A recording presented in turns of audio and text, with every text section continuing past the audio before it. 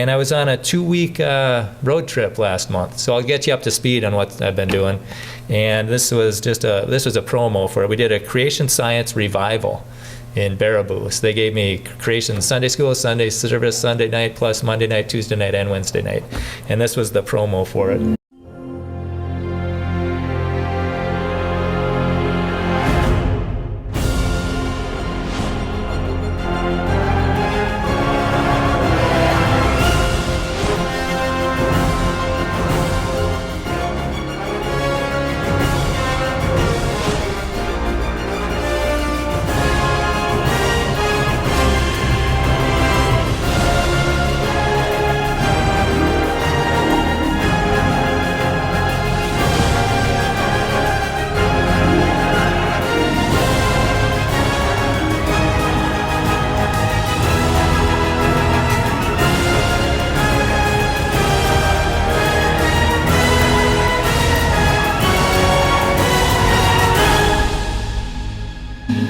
And so that's what we're doing. There's a battle of information out there, and we're not getting all the information. We did Creation Sunday. Sunday was all creation.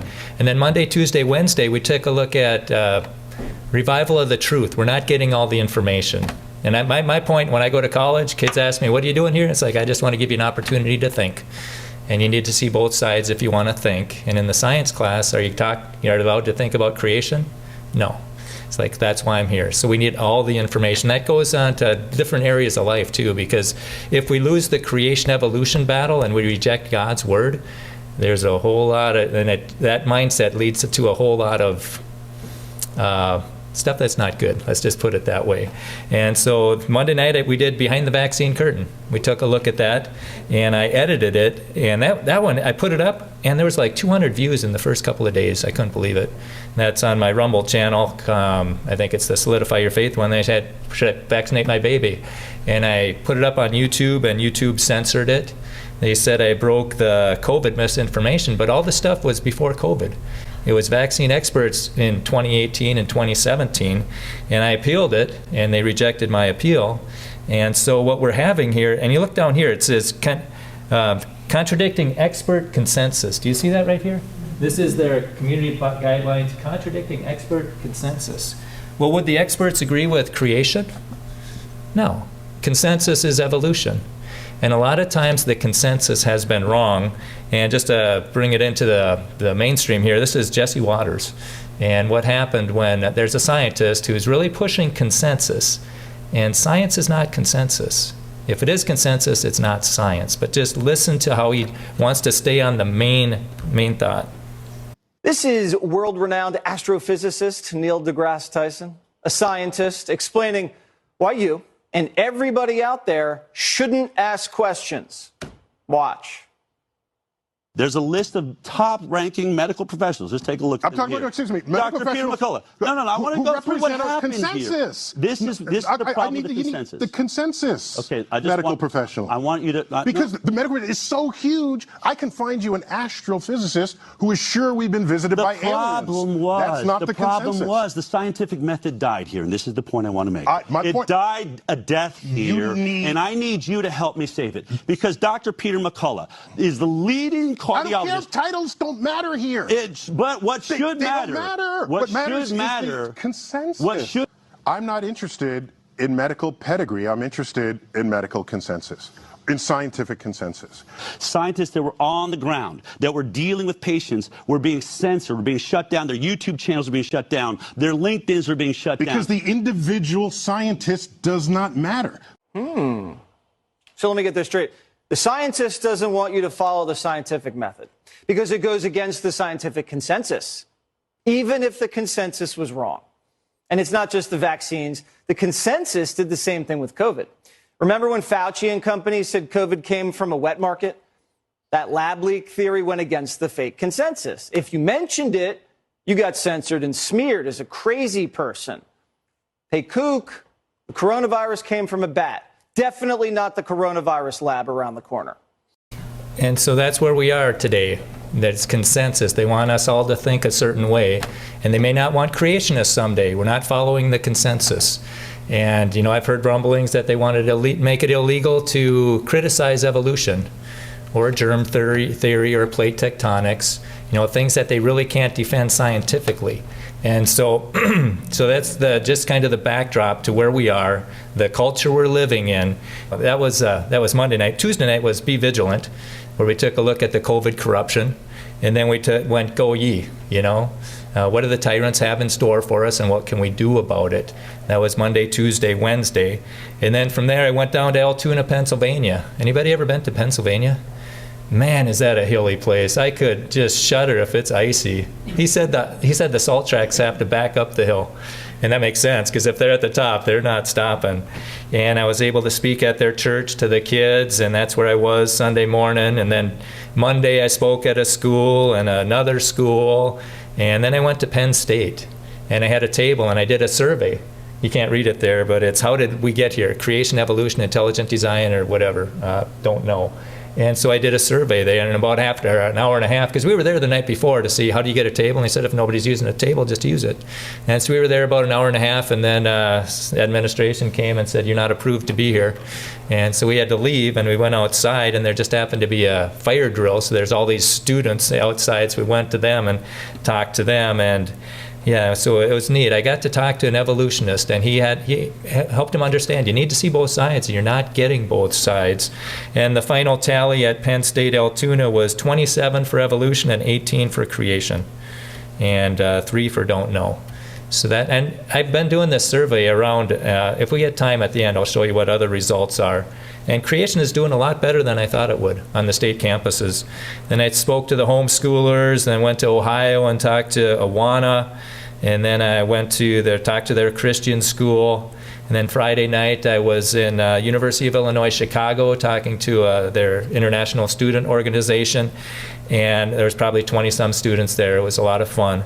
And I did the same thing at the University of Illinois, Chicago. I just went around with my notebook and walked around and said, hey, you have time for a quick question? And some would say yes, and some would say no. And I'd say, if they said yes, it's like, how did people get here? Was it creation, evolution, intelligent design, or don't know? And so what was the tally there? 10 creation, 18 evolution, 9 said both, that's theistic evolution, 5 said intelligent design, and 12 said don't know. So it's pretty even. I thought evolution would just run away with it at a state college, but it's not. Especially after, all these decades and generations and tax money and dollars pushing that evolutionary mindset. People aren't buying it. And so that brings us to this, God's clues. Right? God's clues are everywhere if we know where to look. So let's think like a detective. This is a crime scene, okay? We were on Devil's Head in Colorado. We're camping, and we put all our food. Do you want to keep all your food on the table?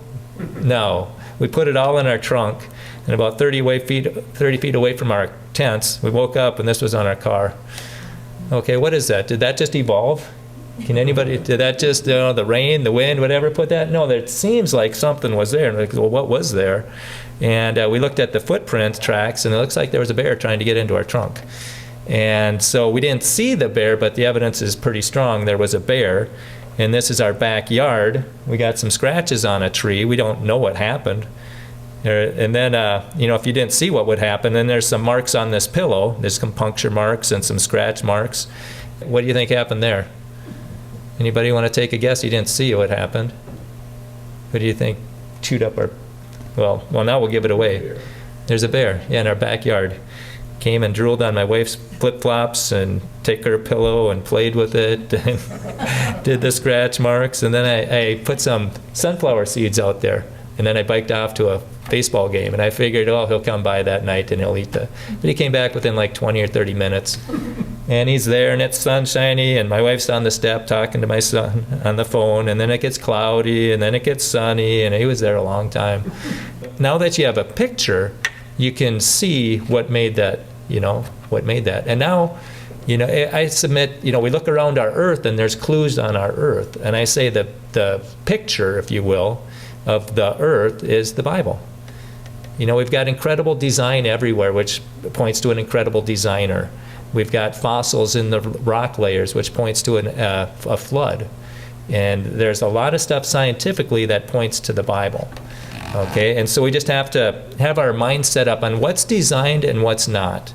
Do tents evolve? What do you think? Anybody ever been up here?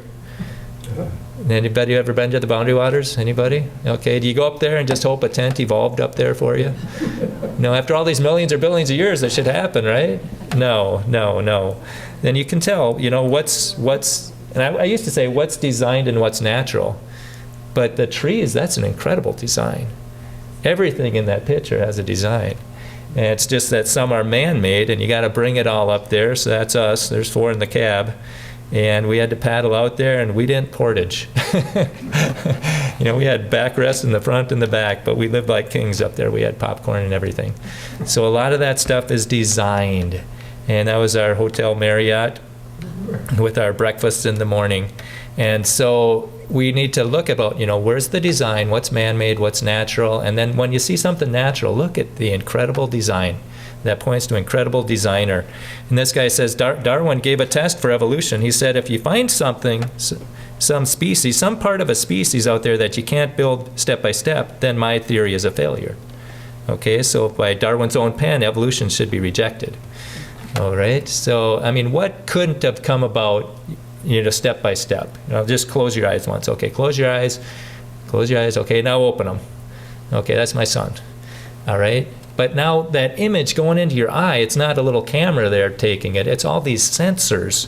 What your mind actually, what's hitting it is just a bunch of static. And your mind is taking all that static and processing it, or your eyeballs are. An eyeball is an incredible design. It could not come about step by step. I mean, what good is half an eye? And when you look at that, there's 250 million photoreceptors, 120 million rods, and 6 million cones in each eye. That's an incredible design. And they come together and they meet in the middle. That's not just going to happen step-by-step processes, random mutations, incredible. They say it's wired backwards, but it's not. And they say the eye must have arisen independently at least 30 times. An incredible design like that just happened to come about at least 30 times to make that evolutionary theory make sense. And there was a girl born with only a left brain hemisphere, so no right hemisphere, and who could see normally. It's because that the nerves showed that the retina nerve fibers that should go to the right hemisphere of the brain diverted to the left. Our brain is so incredible. I was talking to somebody, it was in this book, The Incredible Mind or something, this 2-week road trip. And in that book, this guy's dad had a stroke. And they said that stroke is so bad, he's not going to be able to learn anything. They said, we'll see about that. And they had to start from ground zero. He had to crawl, he had to walk, he had to do all that stuff. And then he lived a normal life after how long to get to that point. And when he died, the son said, and the son's a doctor, he says, I want to do an autopsy, see how much of the brain he had. And it was 5%. He was using 5% of the brain. The brain is an incredibly, marvelously designed, it's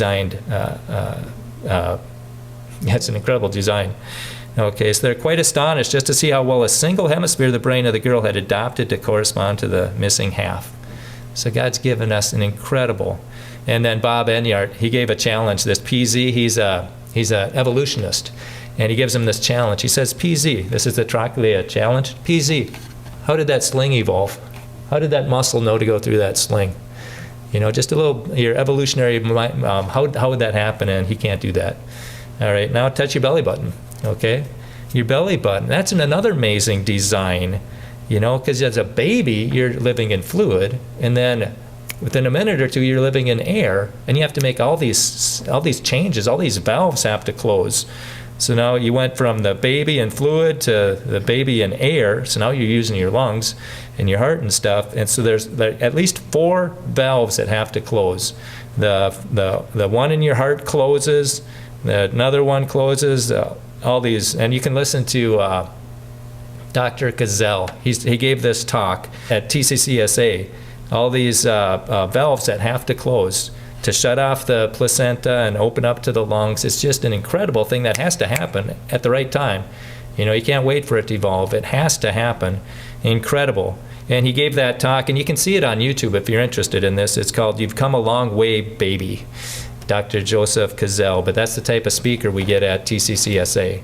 And it's just incredible. And then as far as bleeding, you ever thought about why we don't bleed to death? And why we don't clot up inside? You know, if we would clot before we were bleeding, we'd all clot up and we'd die. But if it never clotted once you're bleeding, now you're going to bleed to death. And let's see, David Reeves does a really good job with this, so we'll let him explain it. Blood clotting requires what's called a cascade. This means that each step is vital for the next step. You can't skip a step in the cascade, as each one is dependent on the previous step. Now, the blood clotting cascade requires over 100 steps. Each step must be in place the first time an animal is cut, or it will slowly bleed to death. How did over 100 steps just happen to all be in place at the right time? Having half the steps is no good. Having 99 steps is no good. The animal will bleed to death and not pass its genes along. No evolution. The whole system must be in place the first time it's needed. And not only do all these steps have to be in place, but the body also needs to be able to clot the blood just right, so only the cut is sealed and not the entire blood vessel. Clots are life-saving when they seal a wound, but deadly if they block the blood supply. And yet our body knows how to do this without us even having to give it a single thought. Now, blood clotting is a challenge for evolutionary ideas. There's no way all of the necessary steps could have all evolved together at the same time. Yeah, and there's a lot of resources out there. You might have seen some of this stuff before, but it's good to review it. This is on David Reeves. He's got a YouTube channel. You can find it under The Heavens Declare. And he just goes through, and it's just amazing.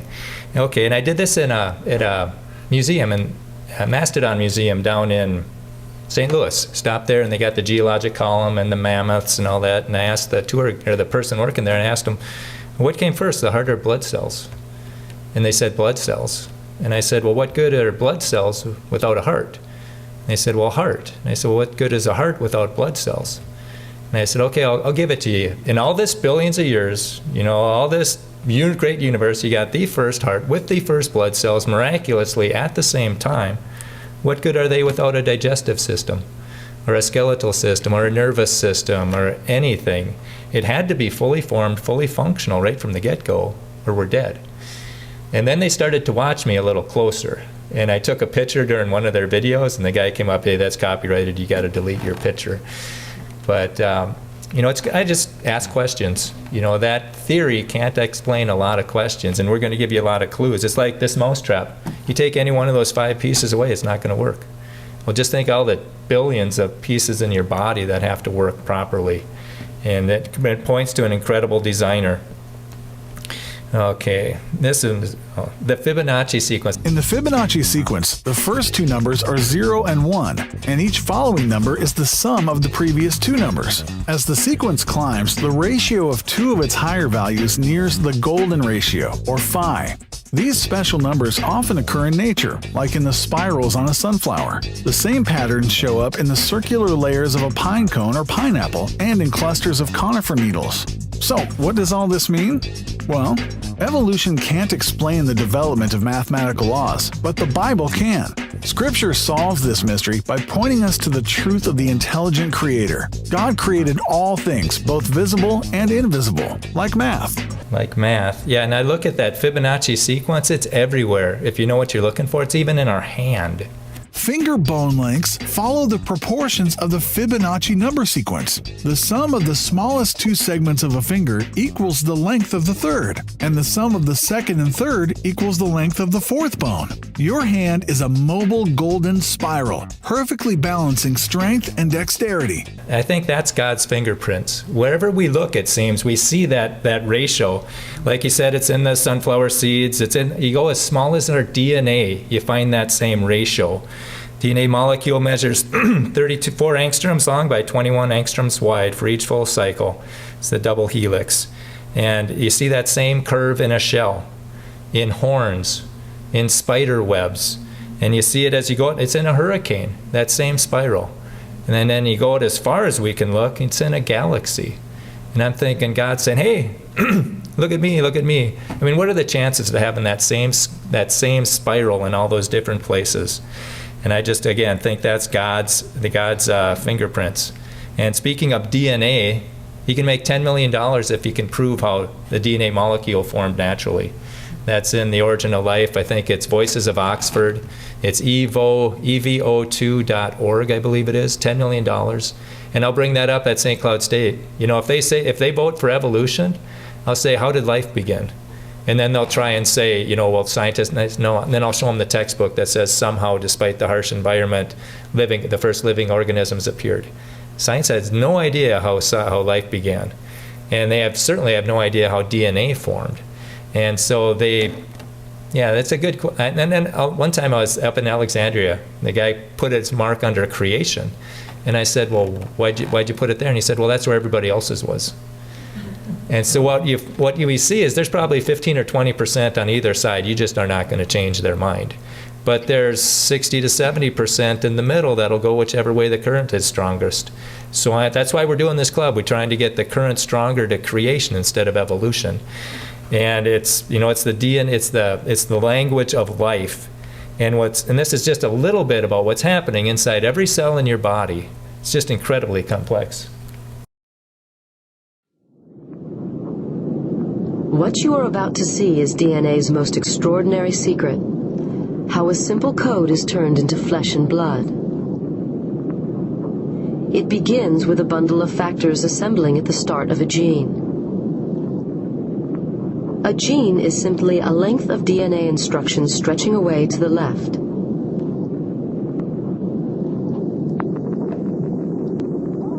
The assembled factors trigger the first phase of the process, reading off the information that will be needed to make the protein. Everything is ready to roll. 3, 2, 1, go. The blue molecule racing along the DNA is reading the gene. It's unzipping the double helix and copying one of the 2 strands.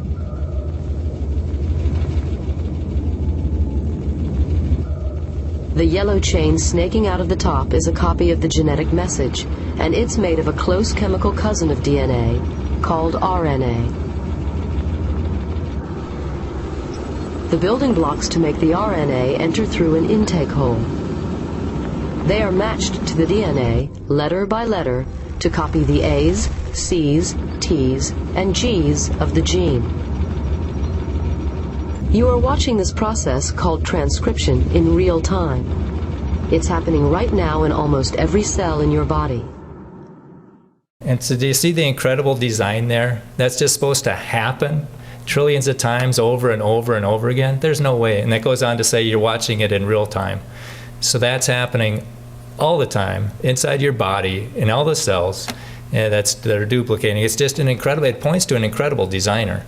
And they've done research on the DNA and how it has a message going forward and a message going backwards, and a bunch of other different ways that it's read. And I think if we start messing with the DNA, we have no idea what it's going to do. No idea at all. They used to think it was junk DNA, and now we find it's not junk. It has to do with regulating the proteins. But this is this thing called chirality. When you look at the proteins, they're not mirror. There's a left-handed and a right-handed. Like our hands are not mirror images. They're not identical. They're mirror images. And that's how it is for proteins. And proteins are all left-handed. And that's what got this guy. He's a PhD guy, a lot of inventions. He says, and they call that chirality. Left-handed and right-handed, it's chirality. And he said that's what caused him to be a creationist. He says, how can a random chance natural process create proteins with thousands of left-handed molecules and also create DNA with billions of right-handed molecules? If you're alive, all the proteins, 100% are left-handed. And if you die, then it breaks down to a 50-50 mix. How in the world could that happen by chance random processes? The reality of chirality, more than any other evidence, did more to convince me of the reality of an all-powerful creator. That is an incredible design. That's an incredible clue. Then we're going to jump into fractals, too. This is interesting.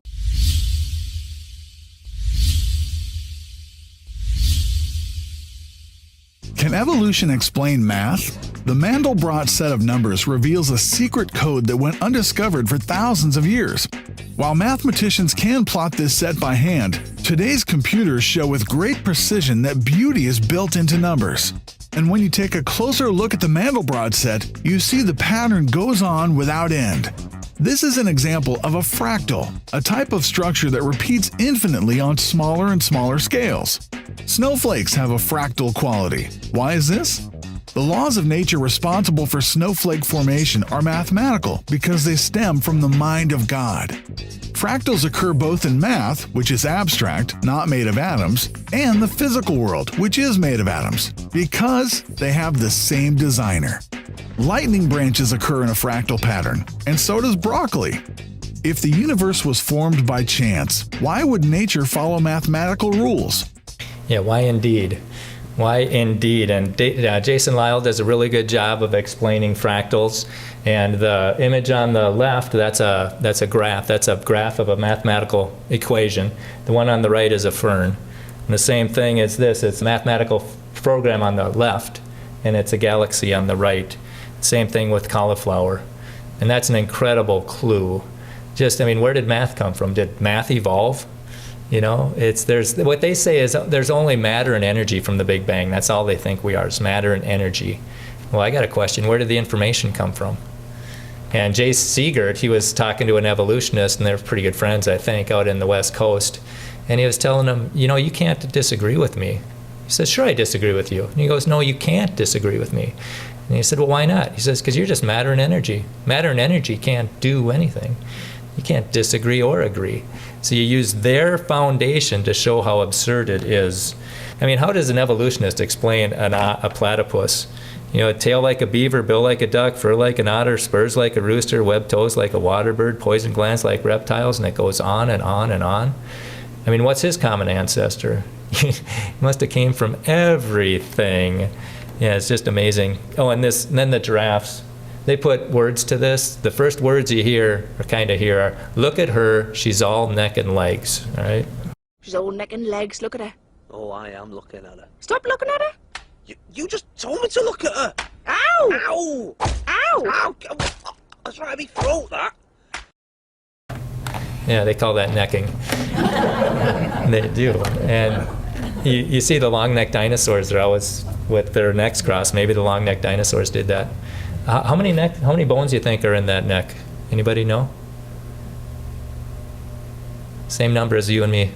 I think it's 7. They're just big, all right? And now to think about that, you know, to get blood from here to here, a bull giraffe has a 2.5-foot heart to overcome the gravity. And they also chew their cud. I think it's got to swallow it and then bring it back up and swallow it. I think God's got a pretty good sense of humor there. But if they go down to take a drink, now you got that powerful heart working with gravity. You know, is that going to blow the brains out? No, it didn't. They've got some valves or stents inside of the arteries so that it doesn't go down as fast, so they can open them and close them. Just an incredible design that could not have happened by evolution. It's just almost everywhere you look. And this is one of my favorite. I don't know if you've seen this one before. Orpheum flowers don't contain nectar. The payment they provide is pollen. But strangely, they keep it locked up. Special twisted stamens stop it being stolen by visiting insects. All, that is, except one. The female carpenter bee. Only she has the key. Let me show you what the bee has to do using these tuning forks here. When the bee lands on the flower, it changes the rate at which it beats its wings to just the right frequency. From this note to this one. Middle C. And it's these vibrations that are the key, unlocking the stamens, which open up at the top here and just shower the bee with pollen. Ah, look at that. Look at the amount of yellow pollen on there. Fantastic.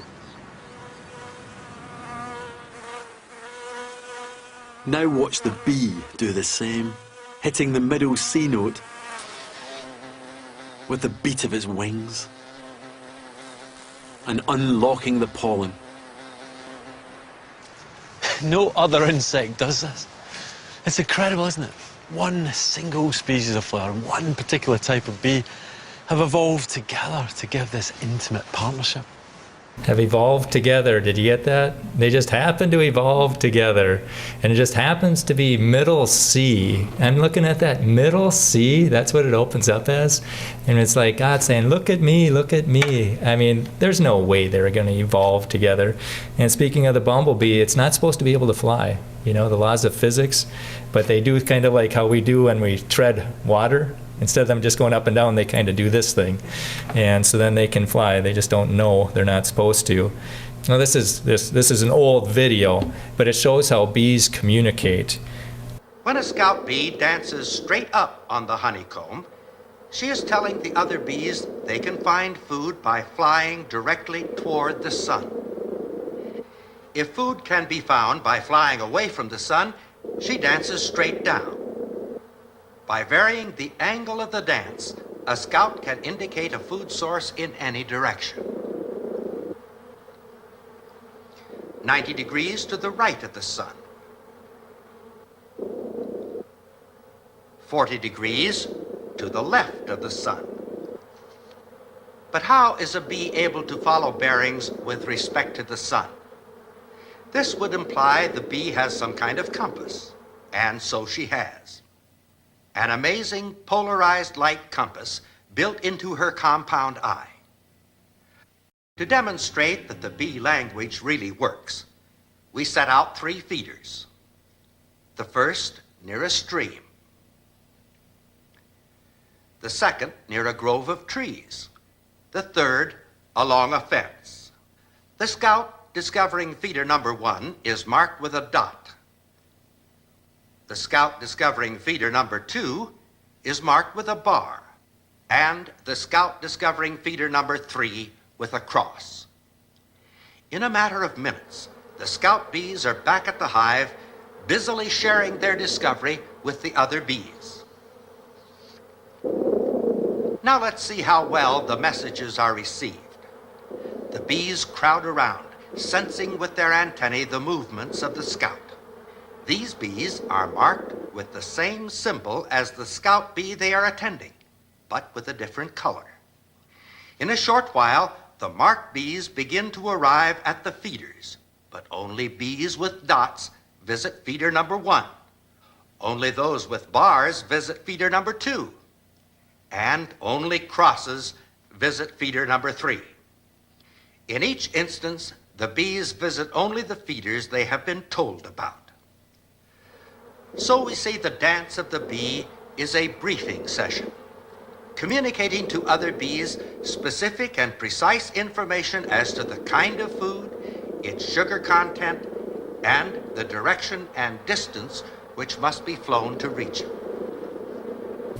Yeah, and they did an experiment. They took some African bees and some European bees, and they didn't think they'd be able to communicate because they separated so many millions of years ago. They figured the language would have deteriorated. But millions of years is not true, and they could communicate just fine. They're always stunned. They're always shocked whenever their things don't go as they expect. Okay, and the butterfly. I think this is the evolutionist's worst nightmare.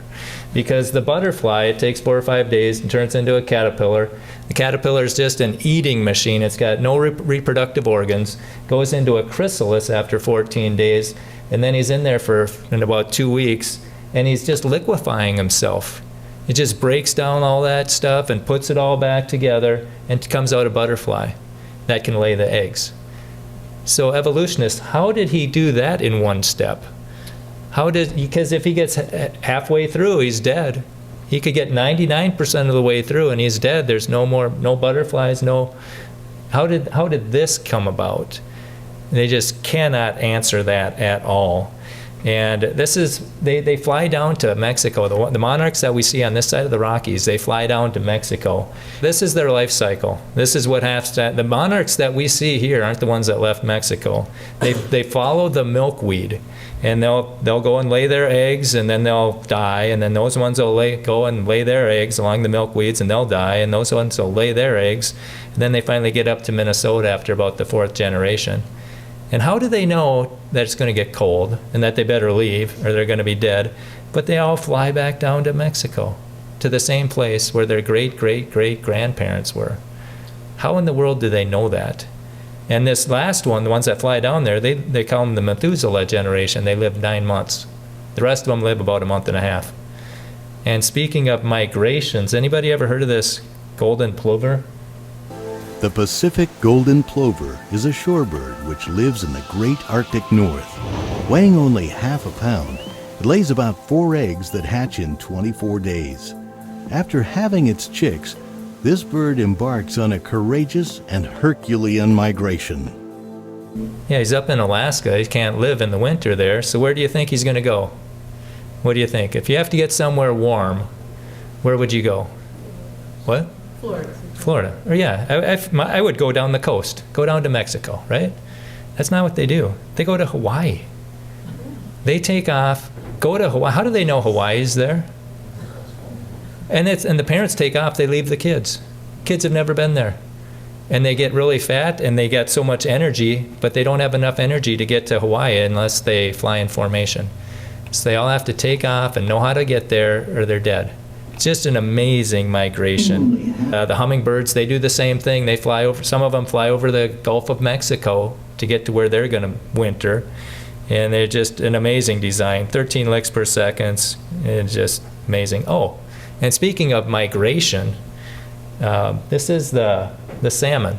They're freshwater, then convert to saltwater, then come back to freshwater. Amazing design. But on the morning of December 2nd, 1964, a 2-year-old male coho salmon was found swimming among hundreds of juvenile fish in one of the hatchery's 5 concrete rearing ponds. Closer examination revealed that the back fin of this unexpected visitor had been clipped with the distinctive identification mark of the Prairie Creek facility, a mark carried only by fish raised in this pond and released to the sea the year before. yeah, and again, they come back to where they were hatched. Why? They say what they do, but I'm asking why. Why would they do that? But they do. The previous year, it had been released behind the hatchery in Lost Man Creek. Yet instead of retracing its path back to where its journey began, it chose to resume its northbound course. The reason for this unusual action could be found near the highway, 100 yards to the east.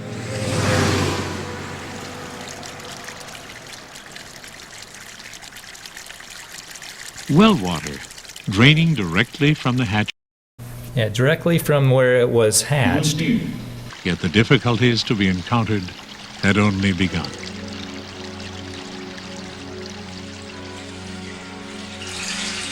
After crossing under the highway, the fish would enter this storm sewer.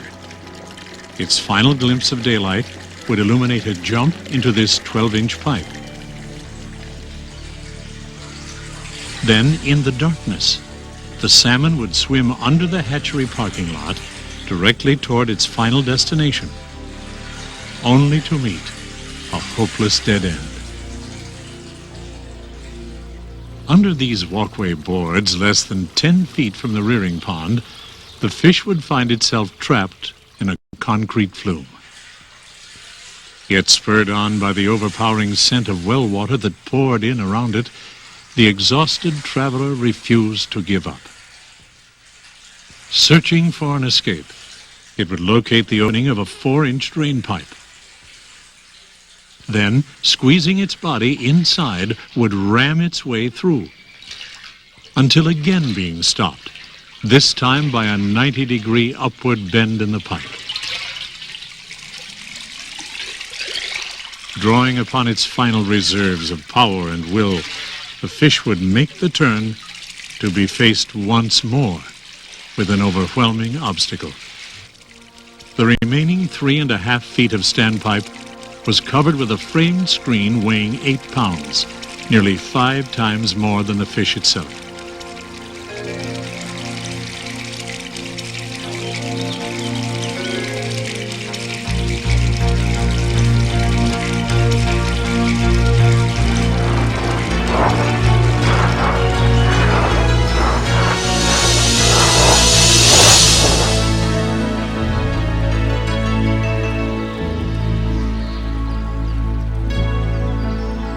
As the battered fish swam among the juvenile salmon on that memorable December morning, doubts and questions about its journey filled the air like heavy mist.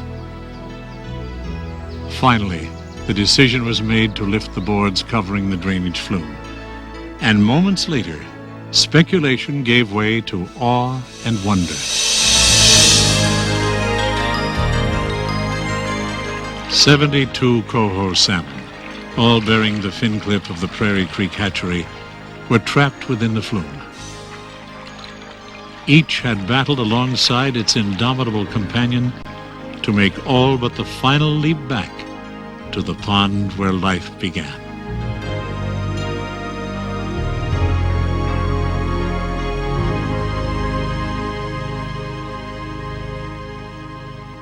So how does that happen? And they can sense the well water. I mean, that's how they can tell. They can sense the tributary, which way to go. And it brings them right, that incredible design. And again, that's what happens. My question is why? Oh, I'm sorry. What do you think that is? Here's some algae in the foreground and an octopus. Isn't that amazing? What kind of design is that? There's incredible design which points to an incredible designer. Let's do it backwards. I thought he was joking when he first showed it to me. I thought it was all graphics. So here it is in reverse. Watch the skin color. Watch the skin texture. Just an amazing animal. Can change color and texture to match the surroundings. Watch him blend right into this algae. 1, 2, 3. And he can just blend in however he wants. And the cells are sensing it. Isn't that amazing? Just goes right in there. Now there's this thing called a mimic octopus. Unknown until it was spotted, first by fishermen off the coast of Indonesia in the 1990s. It looked like an octopus, but it could morph its shape in an instant to appear as seemingly any animal around it. At first, no one had any idea what it was. The first time I saw it, I just was blown away. You couldn't get a more spectacular animal. It really is the pinnacle of wizardry. Biologist Mark Norman was the first scientist to study this seemingly shapeless creature. He named it the mimic octopus. The mimic octopus makes itself look like a living, moving animal. So it pulls all its arms around behind its body and swims along like a poisonous flatfish called a banded sole. In other cases, if it's getting attacked, it puts 6 arms down a hole and raises the other 2 arms to look like a poisonous sea snake that has bands along its body. If that's not enough, it'll swim along looking like a poisonous lionfish with these banded arms looking like the banded spines that come off these very deadly fish. So far, 15 separate species are known to be in the mimic octopus act. And Norman is not always sure exactly what the mimic is doing. He observed this mimic scuttling along the sea bottom, looking something like a furry turkey with human legs. Sometimes it's hard when you watch a mimic octopus doing what it does to interpret what's going on. It's a bit like looking at ink spots in a psychiatrist's office going, I don't know what that is. It could be a piano, it could be a fridge. So you get 3 or 4 divers together and you'll argue all night trying to work out what we think it was mimicking. Where did nature's greatest actor come from? But it's just an amazing design. How would it know what a poisonous sea snake looks like or a lionfish? And it just mimics it so that people will leave it alone. How would it know that? And then these emperor penguins, they get all fat and sassy. Antarctica, the coldest place on Earth, and home to the largest living penguins. Emperors spend most of their lives at sea, but because they're birds and lay eggs, they must come back to land to breed. They must travel long distances over the frozen sea, sometimes walking and tobogganing 60 kilometres to reach their sheltered breeding colonies. Soon, the sun will set for the last time until spring, and the colony will be in complete darkness for 4 months. As soon as her single egg is laid, the female passes it over to her mate to incubate. The egg rests on the male's feet and is kept warm under the brood pouch, a special flap of skin near his belly.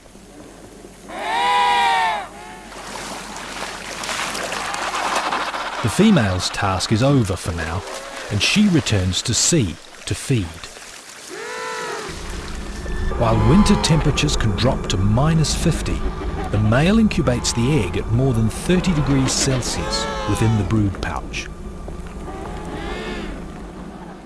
The brooding males form tight huddles, 10 birds packed into each square metre to keep warm. The penguins stay when all other creatures have fled, because each guards a treasure. A single egg resting on the top of its feet and kept warm beneath the downy bulge of its stomach.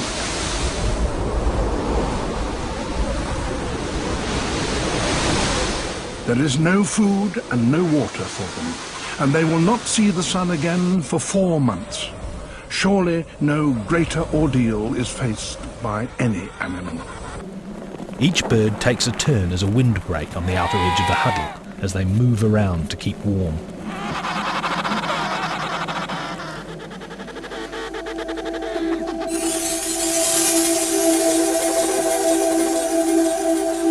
Compared to the size of the adult, the emperor penguin lays the smallest egg of any bird. The chick hatches after 9 weeks, and in all that time, the incubating male has gone without food.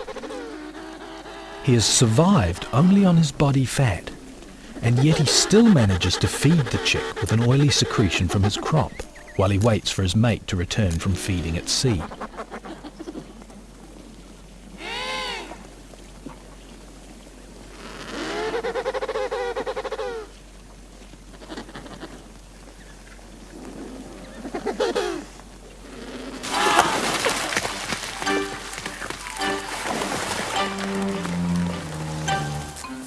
Females, sleek with fat and full of food, are returning from their long fishing trip, ready to take over chick care duties, much to the relief of the waiting males. Now, the once larger male is the smaller of the pair. He's 45% lighter than he was. The moment of greeting. She left an egg, she returns to a chick. He doesn't want to give up what he's guarded for 9 weeks. The female's keen to take over. The changeover has to be quick so that the chick won't freeze. At last, the males can return to the ocean to feed. By the time the chicks are 3 months old, they've left their parents' warmth. Their own down jackets are now thick enough to keep them warm, and both parents can now spend most of their time fishing at sea.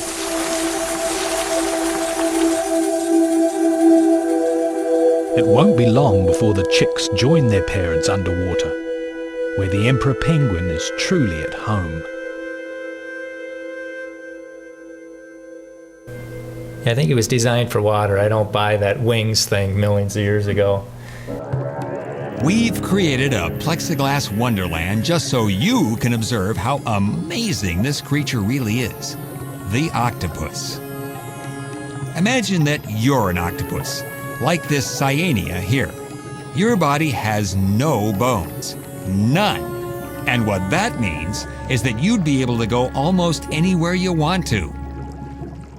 Even if you happen to be a very large octopus, a 600-pounder say, you'd be able to squeeze yourself down so far, you could pass through a passageway no larger than a quarter. I was listening to Real Science Radio, and a guy had an octopus, and he said it would go out of his tank and go to the other tank and eat the fish, and then it would come back to his other tank. They're just, I guess you're hard to keep them anywhere, because if you screw something down, they can unscrew it. Just, anyhow, we'll just do a couple more and then we'll wind up. This one, how in the world did this evolve? Is to say that they're downright shocking.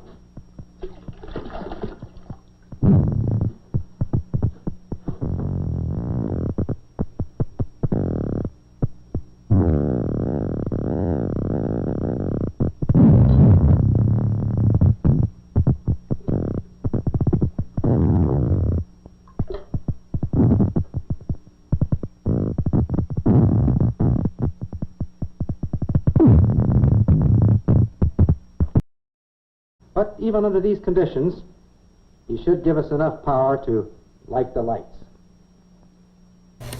Isn't that amazing? You ever done this with an electric fence? Now, relax. We'll give you the low voltage tap first. You ready? Did you feel that? Wasn't bad, was it?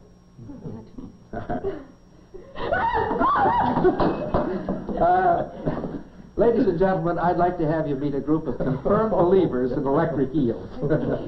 Thank you very much. How in the world did that evolve?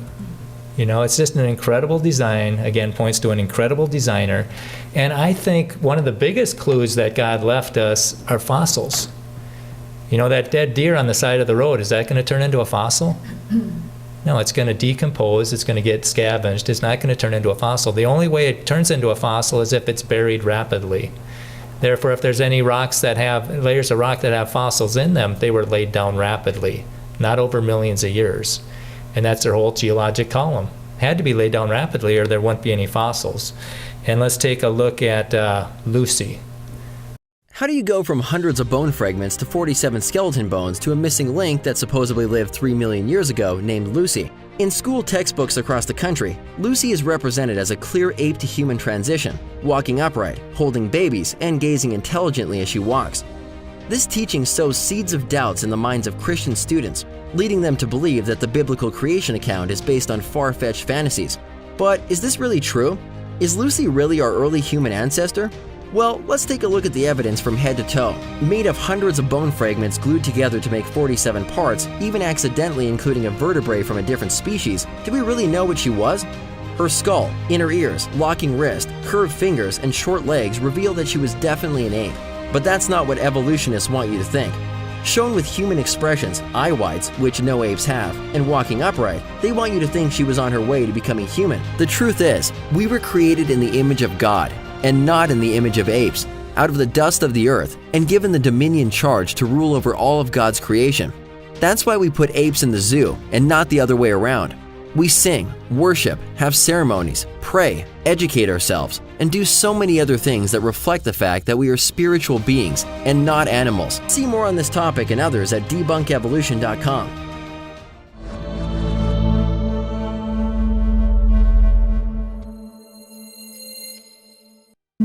And what they didn't tell you about Lucy's hip is they cut it and they twisted it. So you can see some of those. You can see more of these talks. I got cards over there. Solidify Your Faith on YouTube.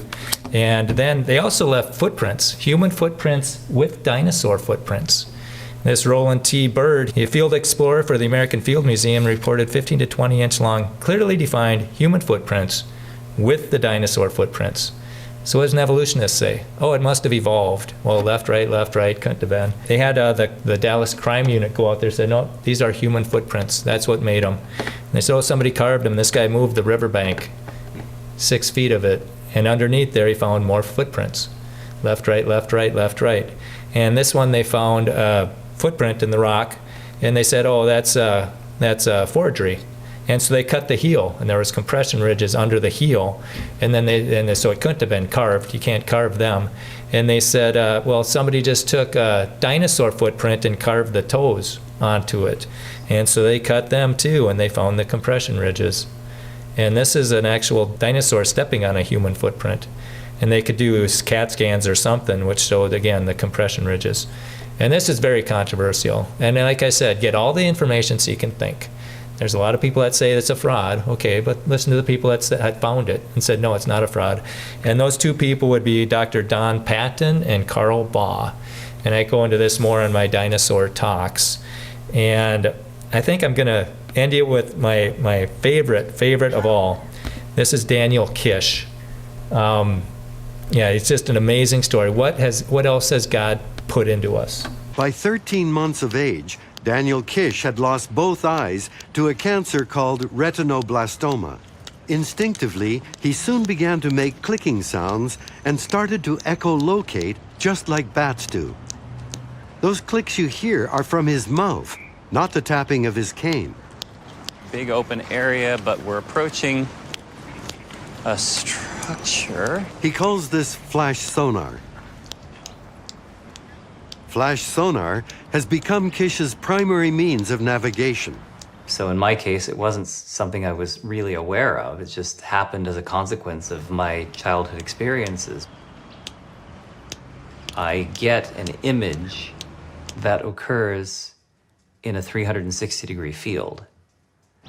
The roof structure we're under isn't totally solid somehow. It's got openings in it, as if it were slatted.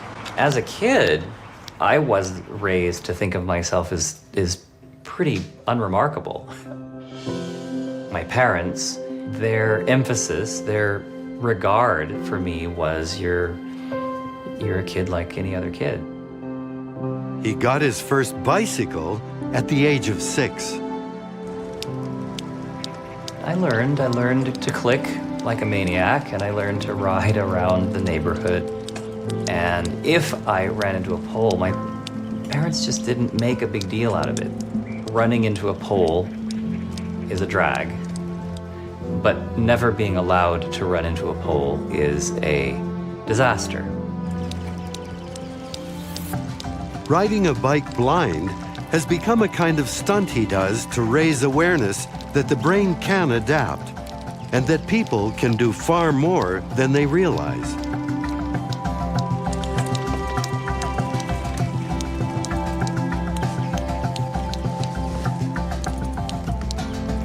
Years ago, it was just unheard of. So if you'd all close your eyes for just a moment, okay? And you're going to learn a bit of flash sonar. Now, you have scientists studying it, you have instructors wanting to learn it, you have instructors wanting to teach it, you have blind people wanting to learn it. Being able to navigate comfortably in any environment, under any circumstances, nothing can be more fundamental to freedom than being able to do that. Yeah. And so I contacted him. He's got this organization called Visioneers, and I contacted him to see if he'd want to be interviewed by Real Science Radio. And he said, sure. And I said, could we interview your parents too? I'd love to hear their mindset of getting their blind boy a bicycle. And he said, he responded, she's kind of camera shy and microphone shy, but you can hear his interview on rsr.org. And his name was Daniel Kish, K-I-S-H. And just super nice guy.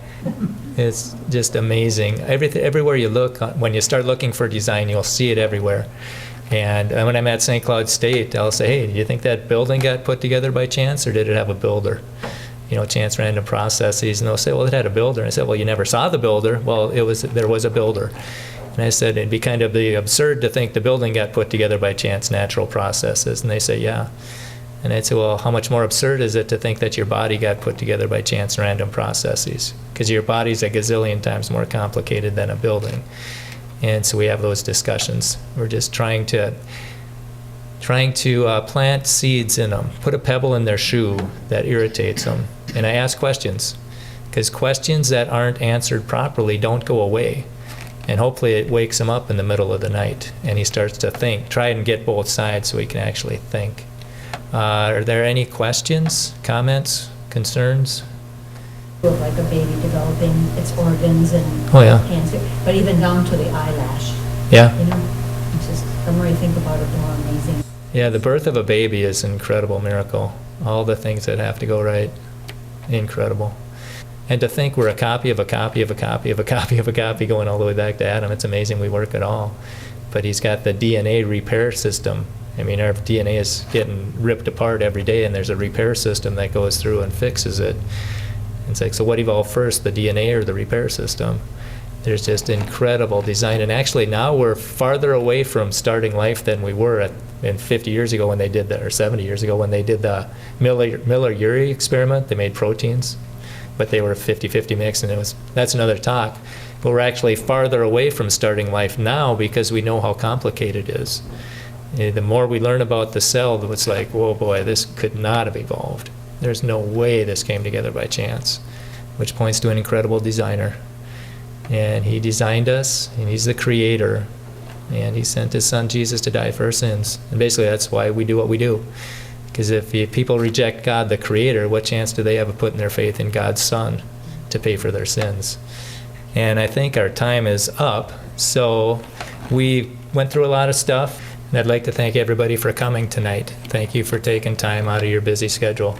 Thank you. And, Thank you.